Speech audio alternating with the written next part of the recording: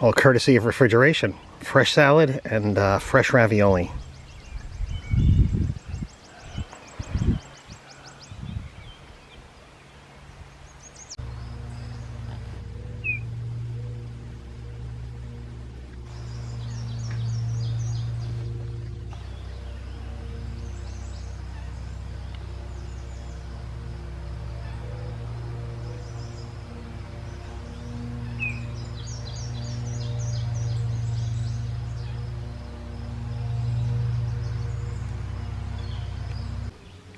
I made a few changes back here. Number one, should be pretty obvious, this jacket the refrigerator's wearing. It's a Reflexit jacket I made. I just bought some Reflexit at Lowe's and cut it out and put it on here. And of course you have to be careful to leave the air vents open. There's air vents on the side and there are air vents in the back also. So you want to leave those open so it can breathe. Also, when I put the refrigerator back here, I made sure that there were spacers on the slide out tray to make sure that this has adequate breathing room, or at least some breathing room. I don't know if it's adequate or not, to boost the efficiency. So the idea here is, I usually park the trailer so it's facing east, and in the afternoon the west sun comes in the back.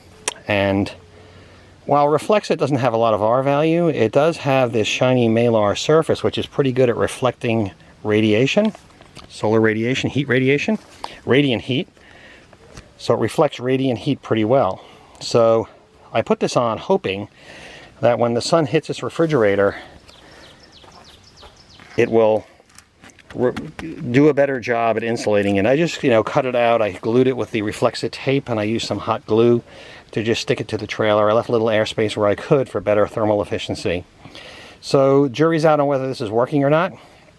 I have to, it weighs nothing. It only took a short amount of time to do. I put a layer of it underneath because when I touch the bottom of the cooler, the refrigerator, it's actually cool. So I figured I'll cut down there, and I put a layer of it inside on the bottom and on the top. I can show that here on the top, because it doesn't, I get the impression this thing is full of air. I don't think it has any foam in it. And I put a layer down underneath it. The cooling seems to come from the sides on this refrigerator. This is again, a must-have. It's the Camco refrigerator fan. It evens out the cooling quite a bit. I'm experimenting with this piece here. I don't know if I'm going to need it or not. But this whole thing was very inexpensive to do. And the only way I'm really going to be able to know if this works is if the refrigerator uses less electricity. If it cycles on and off less, then I'll have an idea that it's doing its job. I don't have good conditions to test with today. I have the test equipment, but I don't have good conditions to test under, so I'll try this at a later date. But costs nothing to do, and I just know it's going to contribute to the cooling, particularly when sun beats down on this thing. Okay, this is a Cosmo Weems exclusive here. This is a must-have. My trailer, this trailer is a 2015. They came in Vistabule is always innovating and doing things differently, but in this particular run, they had this higher faucet, for your sink. And what I did, I wanted more control over the water. I didn't want it to shoot out from here, so I used this this silicone tubing hose, patent pending, to allow me to direct the water. And I can pinch it off and get a spray out of it. I would love to have a sprayer for this. If I can get a sprayer for this, I would be a very happy guy. But this thing, I now have directivity of the water, which is pretty useful for me, and it cuts down on water consumption. So if you're having trouble managing your faucet, just get yourself some silicone hose and put it on here. It's really, it costs nothing, and it works pretty good. So there you go. Calculate how much your ice costs, how much you're going to use, And I quickly came to a conclusion that I was better off with a refrigerator for what I'm doing. The numbers, the refrigerator will pay for itself in a couple of years as far as ice costs. So that was my choice. You know, you have to weigh your own, do a little brain work and figure it out for yourself. Now, a couple of people have asked me, should they get a built-in refrigerator, which I think goes on the sides or in the middle. You know, it's a nice Dometic refrigerator with a swing open door, and it's vertical and works very nicely. It runs on AC and DC. I don't have one, but you know, I'm familiar with them. It's a personal choice. You can get that style, or you can get this ice chest style.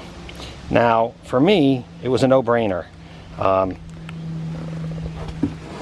If I go on a trip and I want to do things differently, I can remove this refrigerator and I have a cavernous space in there with a drawer that slides out. It's huge.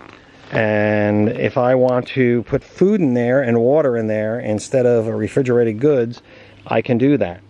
If the refrigerator fails, I can pull it out and buy a cooler and finish whatever trip I'm on.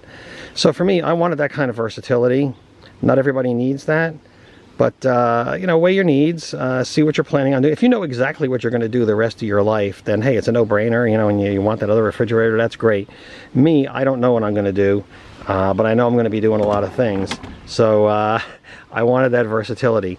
The other advantage is if I'm in, you know, Zion, and I've got to drive to St. George to pick up some ice cream or something, I can take this refrigerator out, put it in the car, and take it with me and run it off the car, you know, 12 volt. And I can get that ice cream back frozen. Now this refrigerator is a single zone. It only is one zone. It's either refrigerate or freeze. You know, you can set the temperature, but it's either 32 or like 30 on that line. So as freezers, they'll keep something frozen, but you're not going to stick a huge half-gallon of water in here and freeze it overnight. It's not that kind of refrigerator. Over a couple of days, yes, you'll freeze it. It just doesn't have that kind of output. But it keeps food cold so far, and it's working great. And I'm just running it off of 2 solar panels. So, okay, well, the solar panels. You know, the solar panels that charge this are right here. So let's look at them. And right now, this thing is generating at full capacity. It's doing great. So these are no-name Chinese solar panels. I got them for, I don't know, $175 each. Evidently, the quality is very variable on these solar panels. Some people hate them, some people love them. They're working for me. Well, the reason I went for these is they're very thin and they're lightweight. They're a plastic backing, which is thin. You know, if you get those aluminum frame and glass solar panels, they're going to be a lot heavier. It looks like a bird. Looks like a bird is interfering with my solar production. I'll have to wipe that off. Okay, so what I did, I found after owning these panels, they're supposed to be surface mounted, like on the deck of a boat. And I guess that helps with the heat distribution, because freestanding like this, these panels get hot. And that black absorbs a lot of heat. And I found that the plastic was actually melting on these things, and it was sort of drooping a little bit. And you can flex this panel 30 degrees, but you can't bend it. So to help stave that off, the internet rescued me, and one of my viewers tipped me off to make a frame for it. So the first thing I did was I made a PVC frame and a PVC pipe, which is very easy to do. This is 1/2-inch PVC pipe. I bought some elbows and a couple of joints, and now I have an adjustable leg. You could put this together in an hour or two. I didn't even drill holes for the tie. I used tie wraps to attach it. I did add a few grommets to the solar panel so I'd have more attachment points. Then what I did was I put a few wooden strips across the back to try and prevent the sag that the panels were doing. So far, so good. So they're working, they're functioning great for me. I'm happy. I've had them for 3 years now, and you know, if I have to replace them, I'll replace them. But right now they're working fine and meeting all my energy needs. I'm a happy camper. So the legs can be adjusted to any angle or removed. They can, so they work. On the business end, I actually cut them at an angle so I can use them as a stake, and I put a hole through here, so if I need to tie on a stake loop, I can. They've been doing okay in the wind, but some conditions are pretty bad.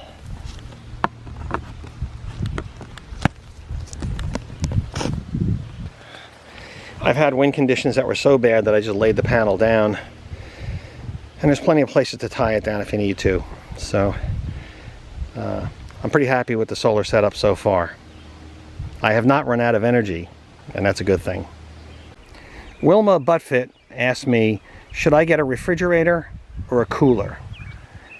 Well, Wilma, send me your financial statement, a photograph, and your itinerary, and I'll be able to help you a little further. In the meantime, I'll give you some thoughts. I'm using a refrigerator. I would say it's good, if you're planning on a refrigerator, maybe you have one choice is to work up to it. That's what I did. I first went with a cooler, a 50 quart, Igloo or something cooler. It was like $20.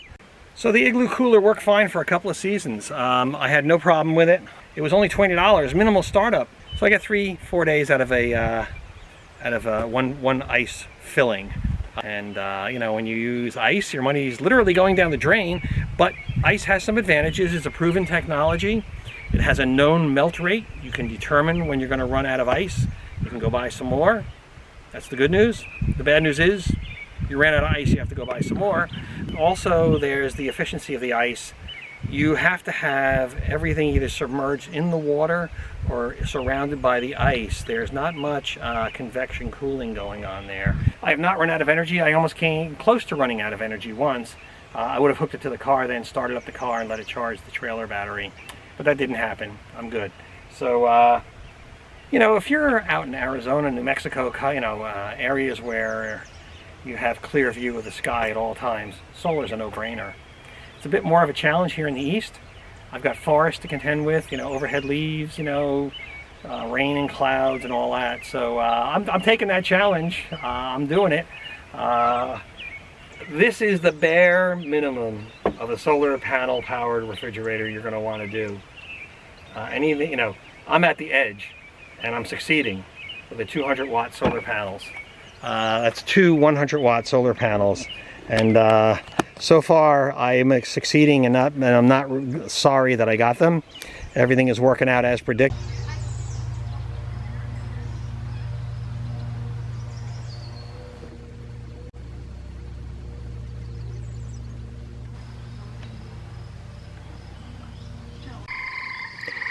These are frogs howling at the moon.